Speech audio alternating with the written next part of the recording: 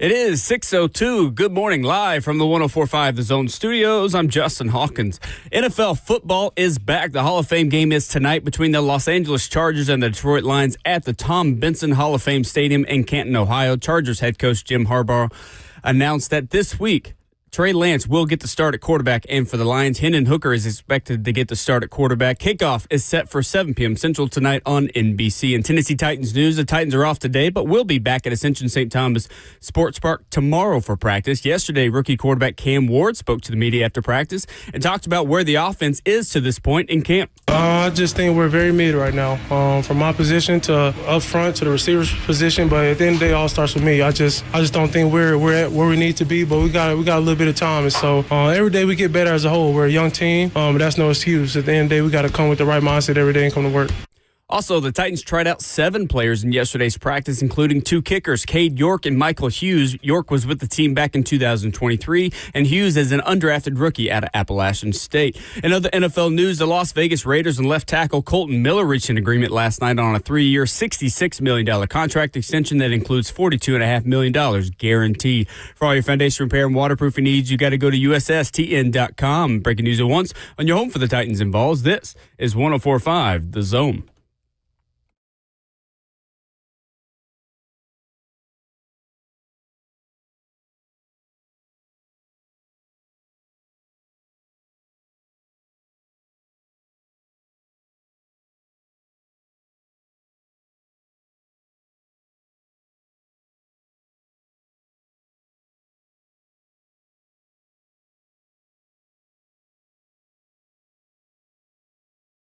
Good morning. Happy Thursday, July 31st, the last day of July 2025, one step closer to football season. A lot to talk about. Football on your televisions tonight. Cam Ward at practice yesterday. Plenty of reaction from the quarterback and his head coach. And you might be wondering, where the hell is Will Bowling? Who is this in my ear this morning? Lucas Panzica hanging out with Ramon Foster until 10. This is not a hostile takeover. Will enjoying some well-deserved time off for the next couple of days. Ramon and Will, of course, is fueled by Scooters Coffee. Visit a locally owned location near you in Rivergate, Smyrna, Brentwood, White House, or Mount Juliet. Amazing people, amazing drinks, amazingly fast. I needed some of that Scooters Coffee this morning, Moan. Yeah. My first morning show experience, but glad to be with you. It is, man. I was a little nervous, man. I was like, Lucas getting up early? What are we doing? I know you're a pro. Well, Lucas is the ultimate pro, but I was just like, man, anytime I got a newbie in the morning, I'm questioning.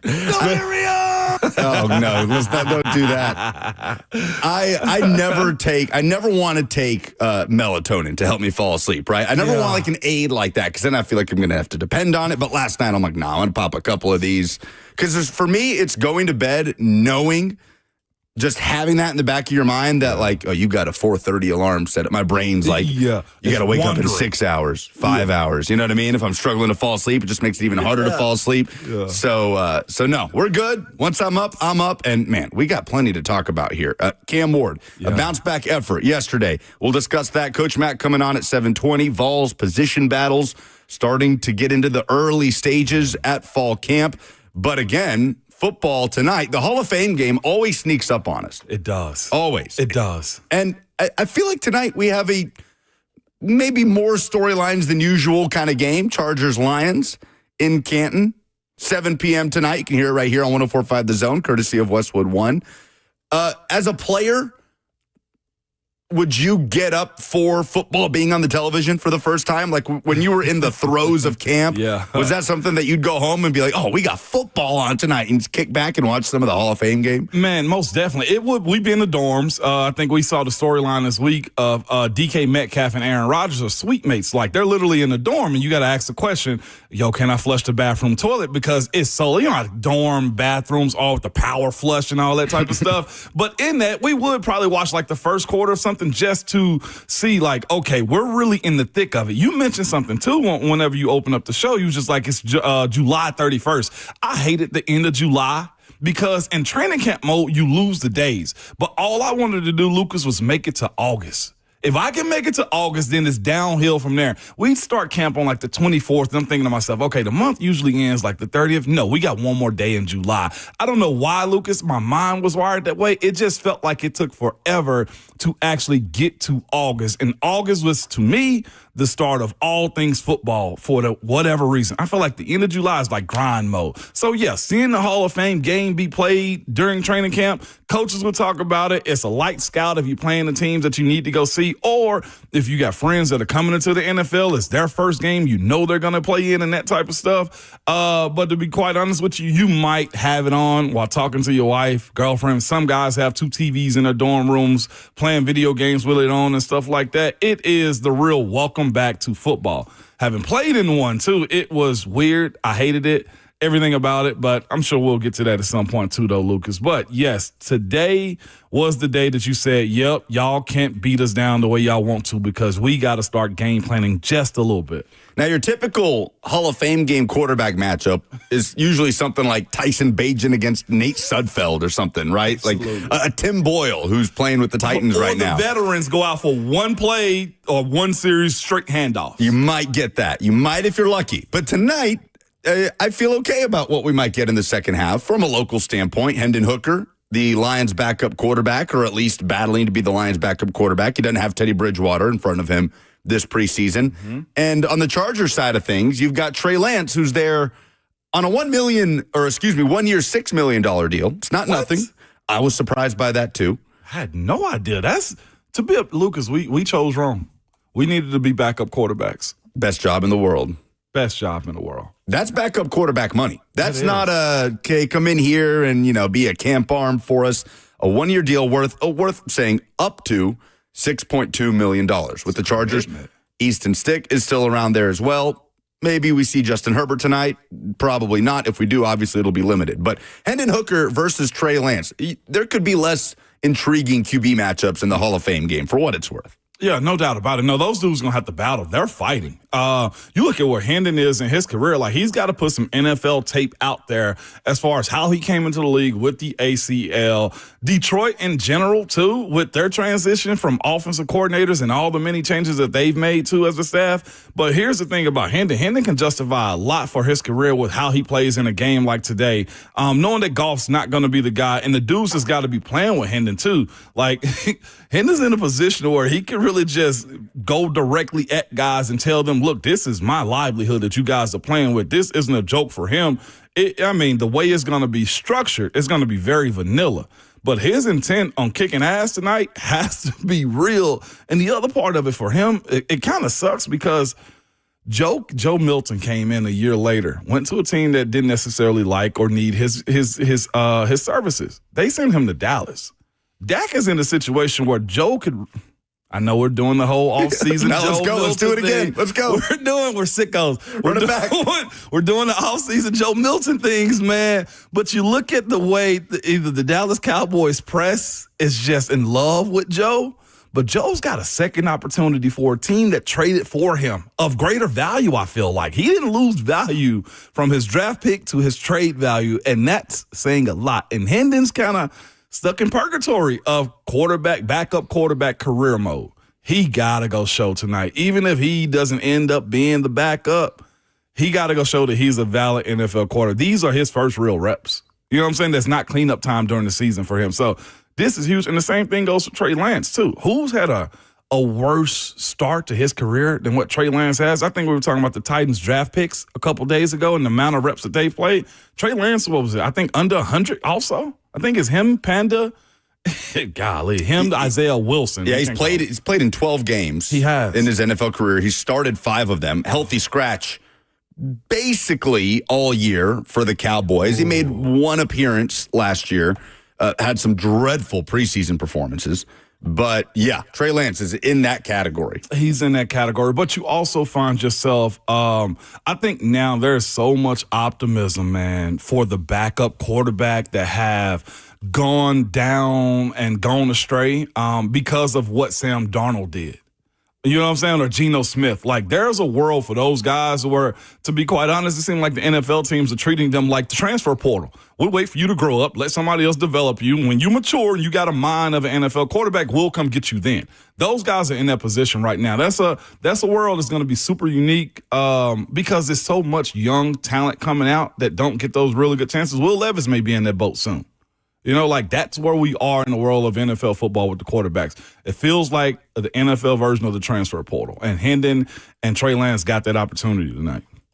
See what happens. Football on your television tonight. I know you have a unique Hall of Fame game experience from your time in Pittsburgh that we'll talk about later today. And I have a question for people. I want to know, what makes you a verified sicko? Like, how much of the Hall of Fame game do you have to watch in order to be like a messed up individual, which we love? We love you guys, and I'm one of those people too. But I don't know what the threshold is. Is it 2 quarters? Is it, if you're watching the Hall of Fame game in the fourth quarter, like a screw's loose somewhere? Without family being involved? That's what I'm saying. Not background noise. I'm talking like watching the game.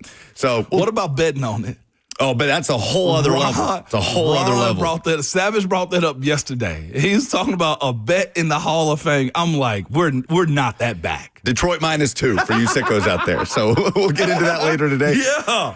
We've got practice to react to, though. Titans practice eventful yesterday as Cam Ward went into Wednesday looking for a bounce-back effort. After a struggling Tuesday, Brian Callahan spoke before practice. Cam Ward spoke after practice, and we'll react to what we saw from the Titans rookie quarterback coming up next on Ramon and Will, 104.5 The Zone.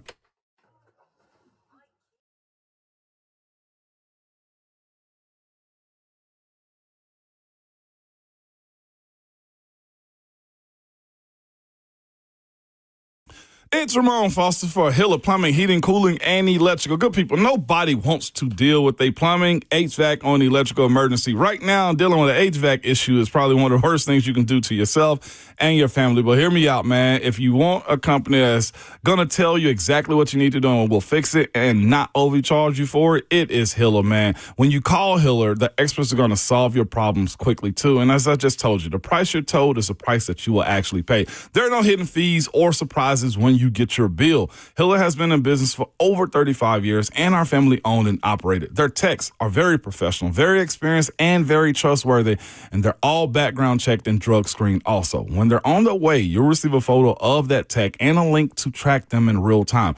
No more wasted time waiting around for somebody to come service you when you're paying them for it. Absolutely not. Their motto has always been happy you'll be, or the service is free, and they absolutely mean that too. So to learn more about Hiller or book with them, simply visit happyhiller.com.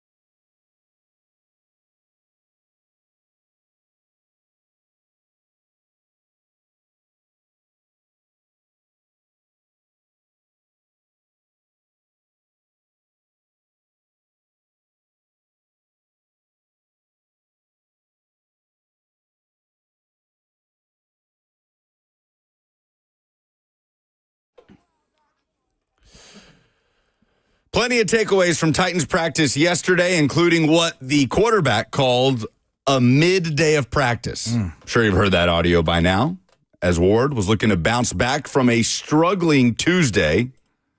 Ooh, don't like that. Hey. Welcome back. Ramon and Will, 104.5 The Zone. Lucas Panzica filling in for Will this morning. Justin Hawkins making it happen on the other side of the glass. Hang out with us on YouTube, 104.5 The Zone TV, YouTube, Facebook, Twitter, or Twitch, where you can hop in on the F&M Bank chat. The Brian asks, did we get clarification that it was, in fact, cramps for Calvin Ridley yesterday?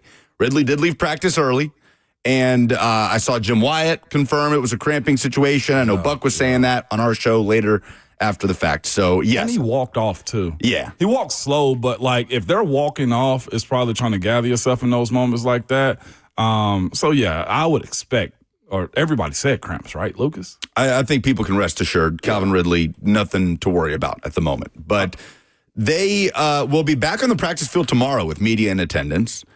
And TBD, if we'll be out there broadcasting live. That was a late news edition yesterday. But Cam Ward, before we get into what we saw from the quarterback yesterday, we talked ad nauseum about his Tuesday, kind of a welcome to the NFL training camp moment with the interceptions, the way the defense won the day.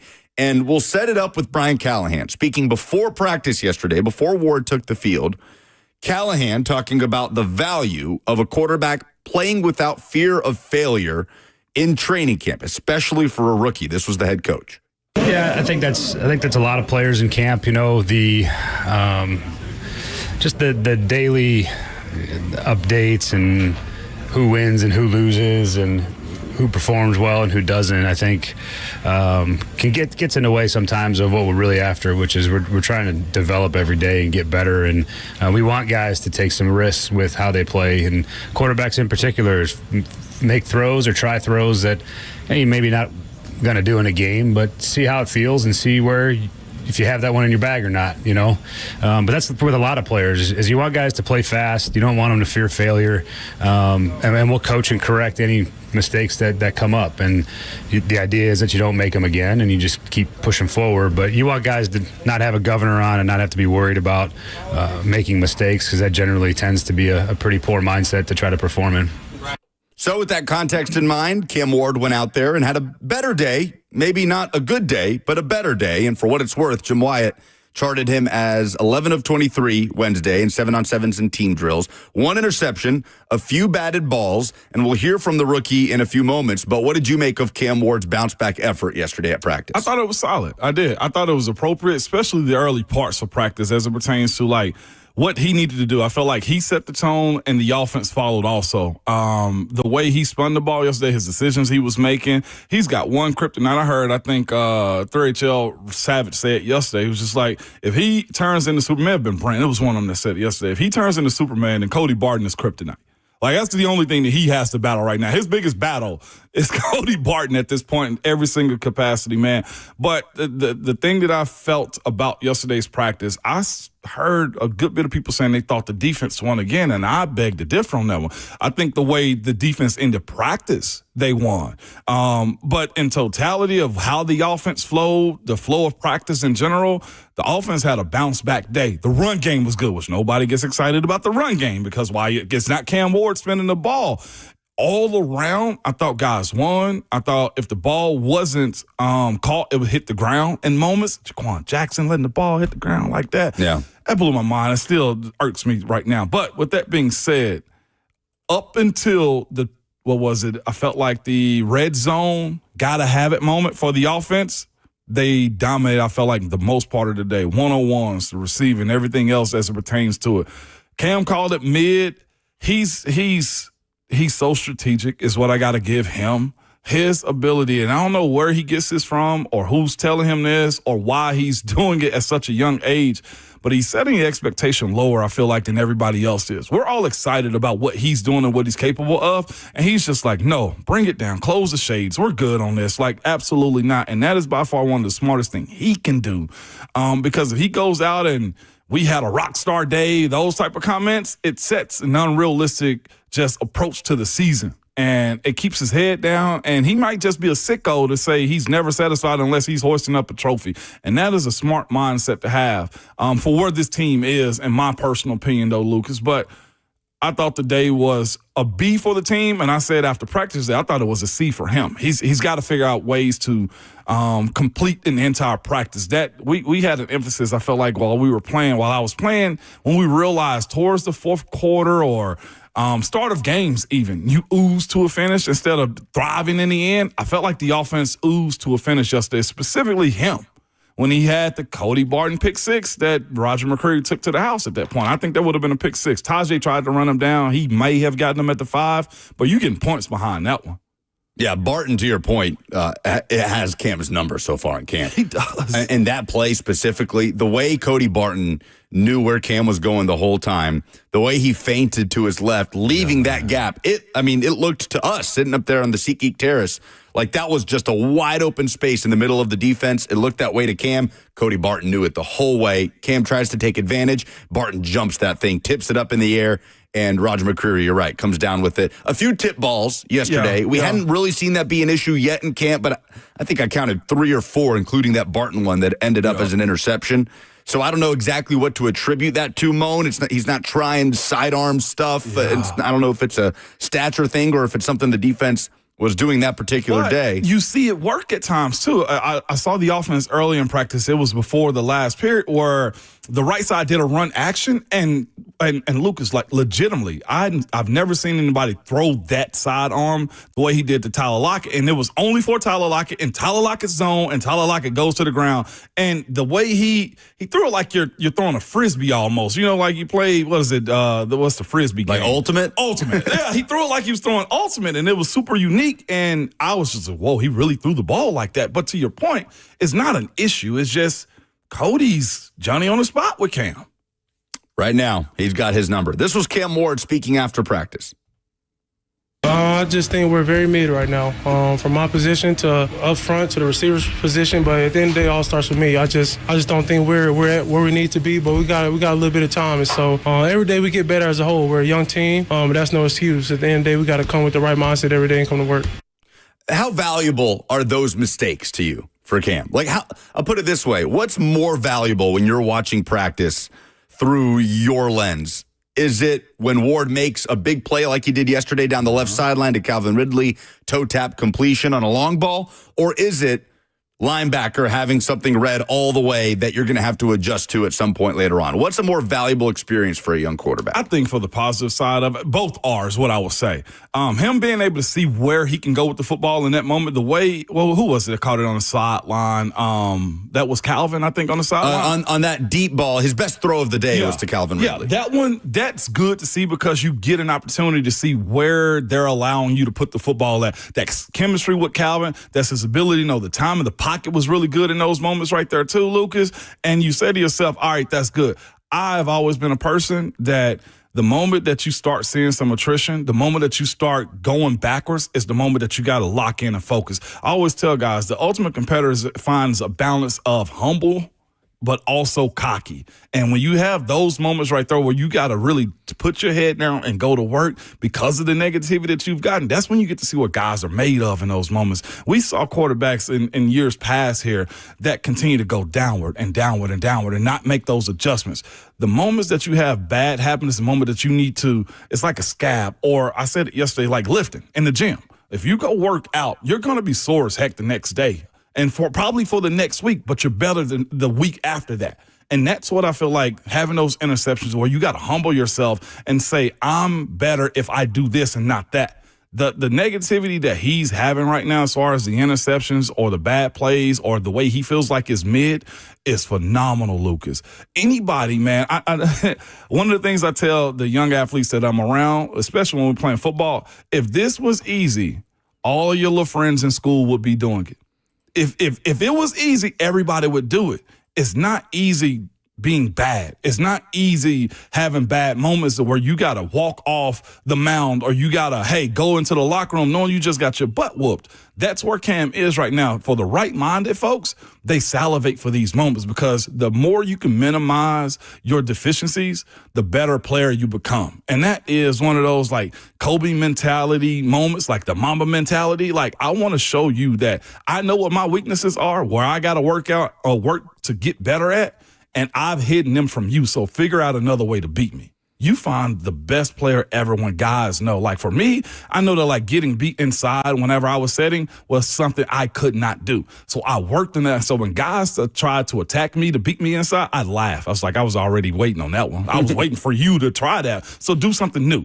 That's what I would tell guys in those moments. Would literally talk to them. Was like, hey, that one's not going to be there for you today. You talking about in practice or in a game? In games. Or both? In games. I was like, that's not going to be there for you today. Like, you need to do something new. And that's where I feel like Cam is at this point. If we see him adjusting, I feel like from day one to day two, there was an adjustment. You saw him be a little bit more assertive in how he was going about delivering the ball to guys down the field. The touch is there. So I'm of the mindset when I got a bad day, I have to, Lucas, make sure that I hide it the next day. And I think that's way better for Cam than him hitting that down the middle or on the sideline pass, because that's the norm for him. That's supposed to happen. Yeah, and he bookended practice with some of those moments. Like the throw to Calvin was one of the first plays of team drills. Yes, sir. And then the defense kind of grappled some control in that early portion where you saw the batted balls, you saw the interception by Cody Barton.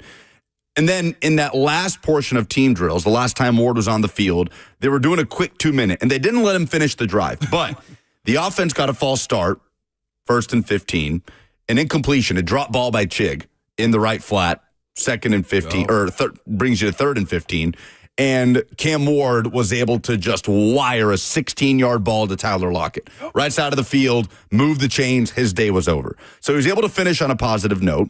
I feel like what we've seen so far from the quarterback, Moan, is kind of right on pace with what you expect with less than 2 weeks of training camp for a rookie quarterback, especially drafted where he was drafted. We've seen the number one pick caliber flashes. Yep. We've seen the eye-popping throws. We saw it at open practice last Saturday. We saw one yesterday on the toss to Ridley. And we've seen the rookie quarterback moments. Like the pendulum's not going to swing one way and then stay there. Right. It's going to go both ways. So for me, it's par for the course to this point in terms of what we've seen from Cam Ward. It is. And that, the thing about it is he's such a next day type of guy too. And that some guys live, some guys absolutely love being in the moment and some guys love looking towards the future. Like, okay, what do we have tomorrow? I'll correct what I did today, but I'm worried about tomorrow still, because if I dwell on this, and I'm forever stuck here in these moments. And I feel like that's where he is too. That word mid he used, I thought was one that shows how young he is. First. Oh yeah. Like we were talking about this yesterday. Yeah. If he has a huge bounce back, let's say tomorrow at practice, what will be the next step up? What will he say? He won't. I mean, if mid is average, what's the word for Gen Z? Mint. Cam mint. Not him. We were mint today at practice. I don't know, man. We were cold. Today was gas. I don't know. Gas. Yeah, gas. Today was gas. That's it. What are the other terms, Lucas, at this point? I don't know, man. You say mint, like the Titans offense was mint today, or like Titans offense had gas. I hope the quarterback steps up there and says we were mint today. I do too. I'm so out of it, man. I don't even know the word that he could use. It's gas is the only one right now. Oh, man. Ross told us yesterday on the air that it's he's our resident Gen Z expert on our show with Buck and Robert. Yeah. He said raw. So, but I don't know. I don't know if the quarterback's going to step up there and say, yeah, we were pretty raw today in practice. Are they still using Riz? Like, is that a moment to, like, we had some Riz today? Like, is that it? Charisma? I don't know. I don't know if that applies. What, are you trying to get a girl or something? Listen, I don't know. Charisma can be more so than good women. that you're winning over the hearts of women. Listen, at this point, yes. From Cam Ward, yes, 100%. But with that being said, him moving forward, though, Lucas, like, I know guys that have a crazy recall on the stuff they did in the past. My mindset, and I've seen others be this way too, that's over. I'm going to reflect on it, and we're moving forward. That's how I feel like you continually get better. I heard Jameis Winston, man, he did this podcast with The Pivot with Ryan Clark them, and it was super unique hearing him say what he said about his career. They asked him, do you think the NFL humbled you in a way that made it, that you never seen happen before. And I got to go listen to the entire thing, but this clip I got from Jameis Winston, who I absolutely love now, okay? Like, I know he's funny, but he's got a lot of knowledge. He said his biggest issue was he didn't dream big enough for the NFL. He was like, my dream was to make it. And I was like, ooh, that's true. We all get in jobs in certain situations. Our job is to just belong and be a part of it. And the only reason I bring this up is I feel like that's where Cam Ward's mindset is as a quarterback to where, and I said this last week too, I don't think this fan base is going to enjoy every aspect of Cam Ward.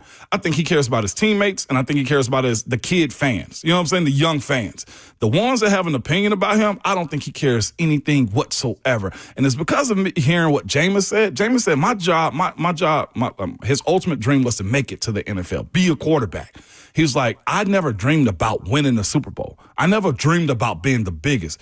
The goal that he had, he said he was talking to Michael Vick at the time. It's like everybody wanted to just make it.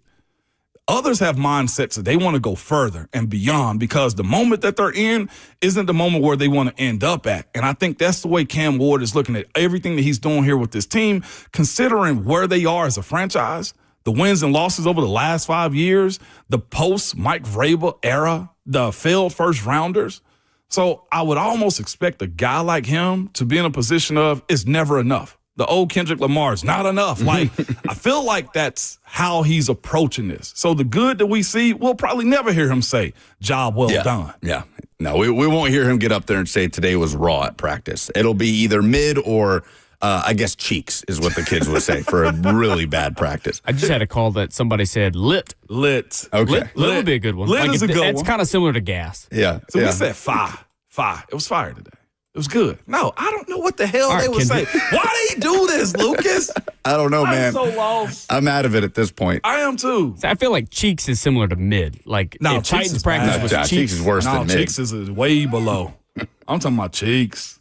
like trash. Trash. Cheeks. Absolutely. No, Well, we'll hear more from Greg Cosell on this later in the show because he had a segment with 3HL yesterday. He was in studio. Greg Cosell has been at the facility this week as basically an honorary member of the coaching staff. He's getting to sit in from dusk until dawn the last couple days with the Titans coaching staff on the sideline at practice, and he had some really interesting stuff to say about what the Titans coaching staff is trying to do with Cam Ward right now, what they're trying to throw at him that we'll hear later on in the show. Because, Mo, next week, in joint practice at least, I don't know how Todd Bowles is going to handle the preseason game, but in joint practice, Cam Ward's going to see some stuff he's never seen before against that defense in the Bucs. And they don't care about him.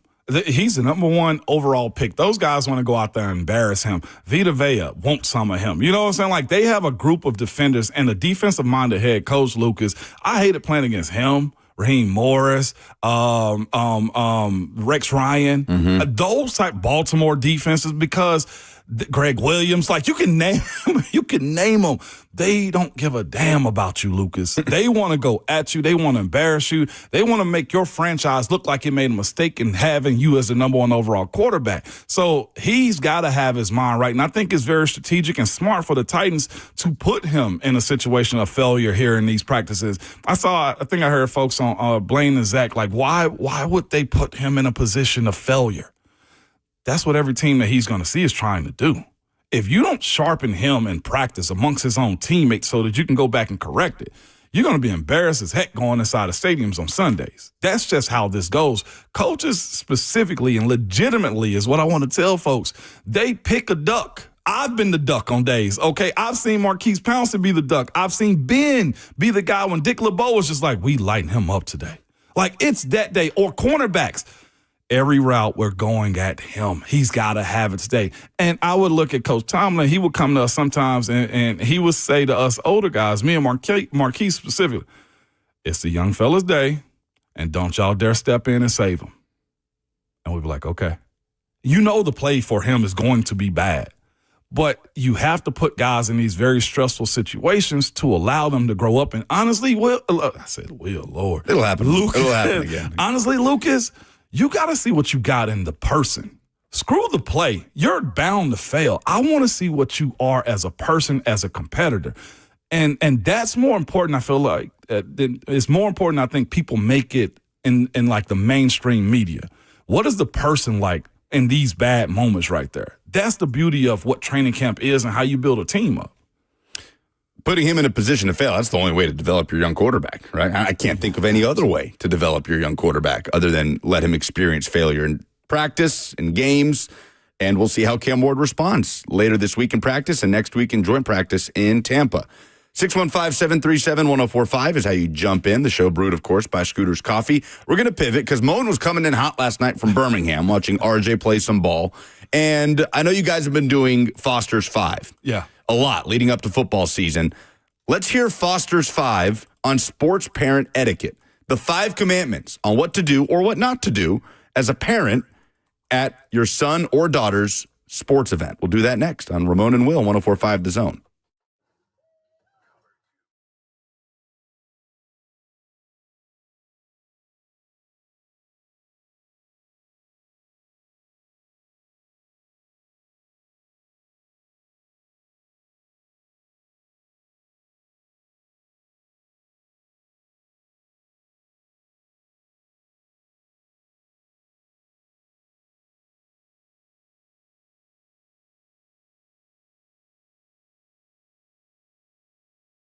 Is your concrete in need of repair? Maybe your sidewalk is shifting, your driveway is cracked and sinking, or your porch steps have moved. Shifting concrete can create a dangerous situation, just trip hazard around your house. Y'all, they can also just create a lot of problems for you, too. The delivery man tripping and falling on your property can be a thing. And let's not even think about Grandma Nana Meemaw, man. She's walking up to the house to see the grandbabies and she falls and break her hip. Y'all don't want those problems, man. Besides that, it's just a big eyesore. Whatever's going on with your concrete, call United Structural Systems. Ask them about their polyurethane foam injections. You've heard about USS for a long time. It's the same company that has provided superior foundation repair and waterproofing to Middle Tennessee since 1994. Well, they can also fix your sunken or settling concrete. USS uses polyurethane foam injections to lift and repair your sinking concrete in a matter of minutes. Lifted concrete can be walked on immediately or even driven on after 30 minutes. So don't go through that long, expensive process of ripping out and replacing concrete. Reach out to the company I trust, and that's United Structural Systems. You can reach them on their website at USSTN.com. That's USSTN.com or call them 615-488-7855. United Structural Systems.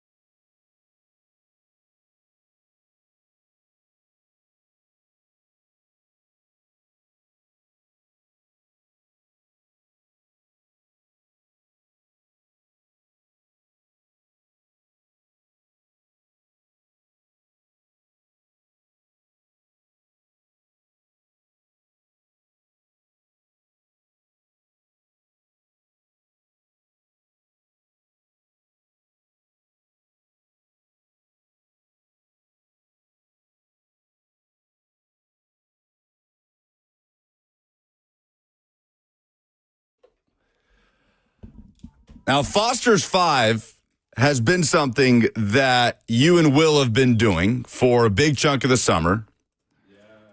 Yes, indeed. Important stuff leading us up to football season. Lucas Panzica with you, filling in for Will. Justin Hawkins, our producer, alongside 11-year NFL veteran, VFL Ramon Foster. Glad to be with you guys, presented by Scooter's Coffee this morning.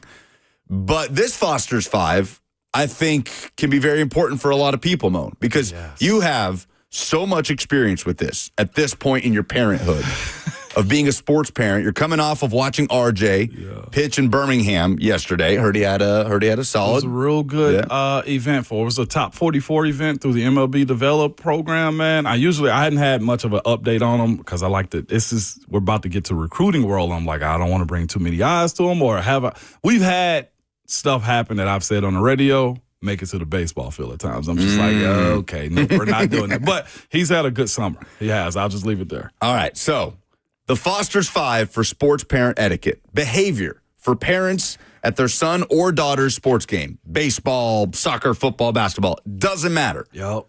Let's kick it off with number 5. What do we have? Number 5, and this is so appropriate, and football season about to start. At middle school, we start up our game, I think it's the next week, and then high school football soon after. We're in the thick of it, especially in the South, okay? It's preseason for parents. It is. So this is training camp for parents right here, this segment. Let's lay it out, all right, good people? Number 5, no loud cursing.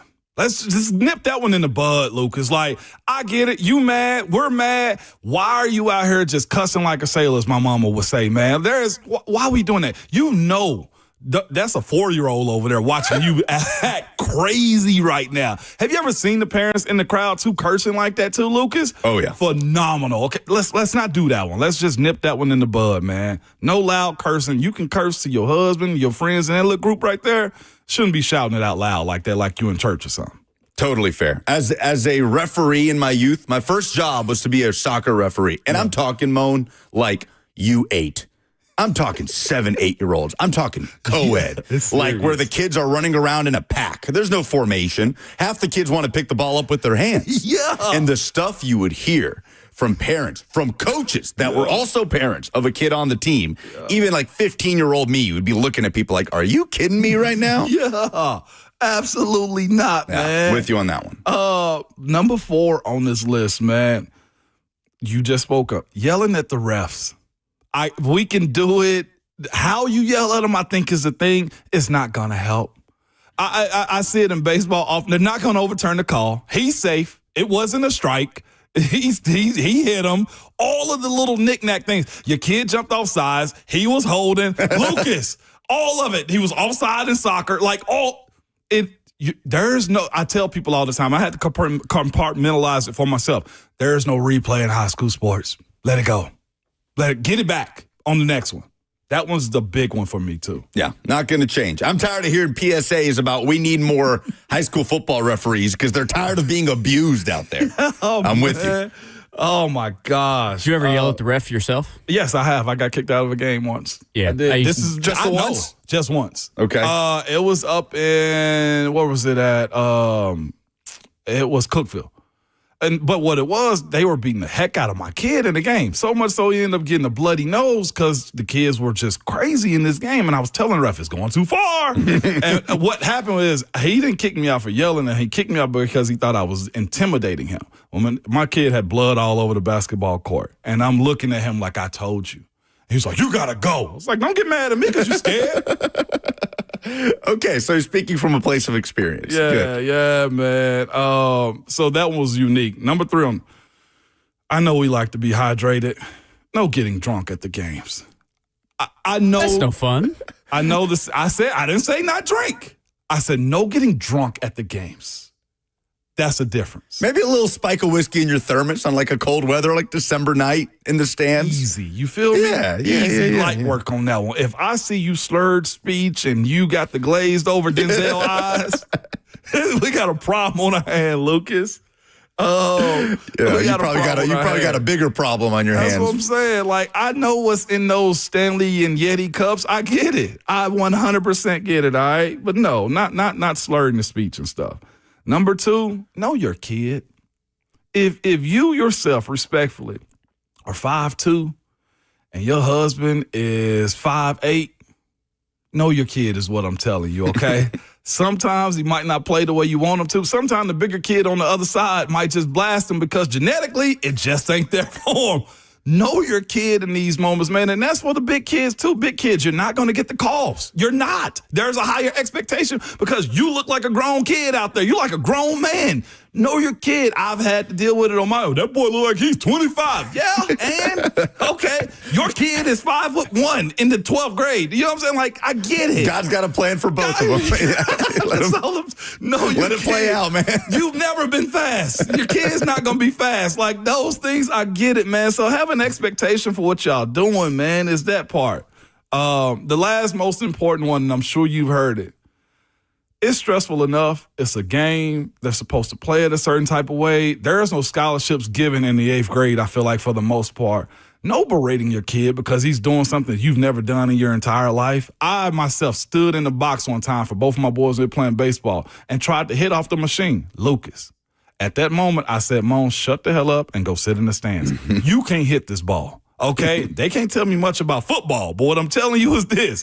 When it's sports and your kid's out there just trying to have a grand old time, no berating your kid because they struck out, dropped the football, fumbled it, or threw an interception. Like, it's the game. They are already under stress from the peers and their coaches. The parents shouldn't be piling on top of that one, too. That one irks me the most. I've seen dads, man, go bananas. I've seen moms be even worse.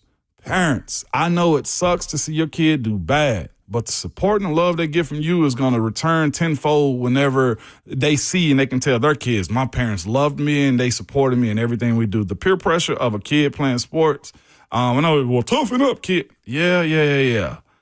It's a lot, especially now with social media. They're getting TikToks from their friends about, or Snapchats and stuff. It's a different universe on how they got to deal with it versus us just walking around in the hallways and stuff. So no berating your own kid and stuff. I had another one too. The back and forth with the opposing crowds is one, but that's natural sports though. Sure.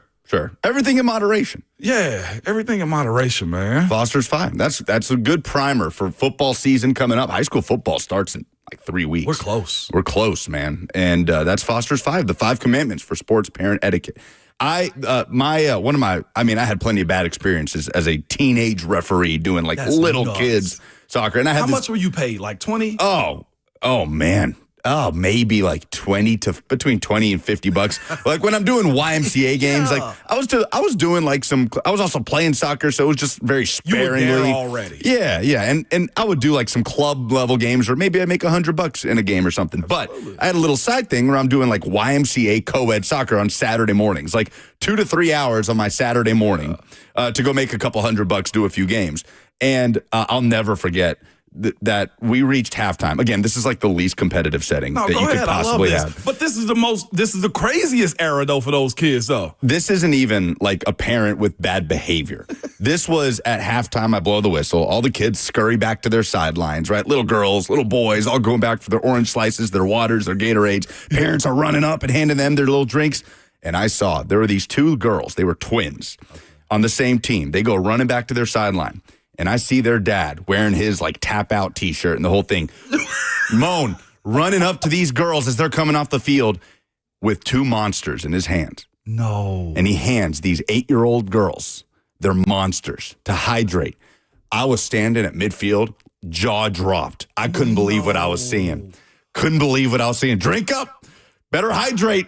Here's the energy for the second half. Monsters, Mo. Monsters. I feel like half a monster is enough to kill a Victorian child. And he's handing these little girls monsters. The 16 or 20 ounces. At half. Oh, man. I think like a 16 ounce. 16? Yeah, just a regular Even monster still. at halftime of a child's soccer game. Yeah. I've never forgotten it. Unnecessary. Yeah. The caffeine to the heart on that one. Unbelievable. Lucas. I'd love to know what those girls are doing today. I hope they're okay. Let me guess. Those girls got scholarships after that game. The college coaches were there. I mean, they did score hat tricks in the second half. But I wonder why. Each of them, yeah. Coming from a dad that's wearing a tap-out shirt, I can expect that. I'm telling you, the tap-out shirt is firmly in my memory. Oh, my gosh. So there you go. Foster's 5 for sports parent etiquette. Great stuff. So Titans training camp is not the only one that's underway. Fall camp has gotten started in the college game this week. Report day, coaches doing press conferences, and the Vols have been on the practice field for a couple of days. We're going to talk Vols camp battles, the three biggest ones to watch when we come back. It's Ramon and Will on 104.5 The Zone.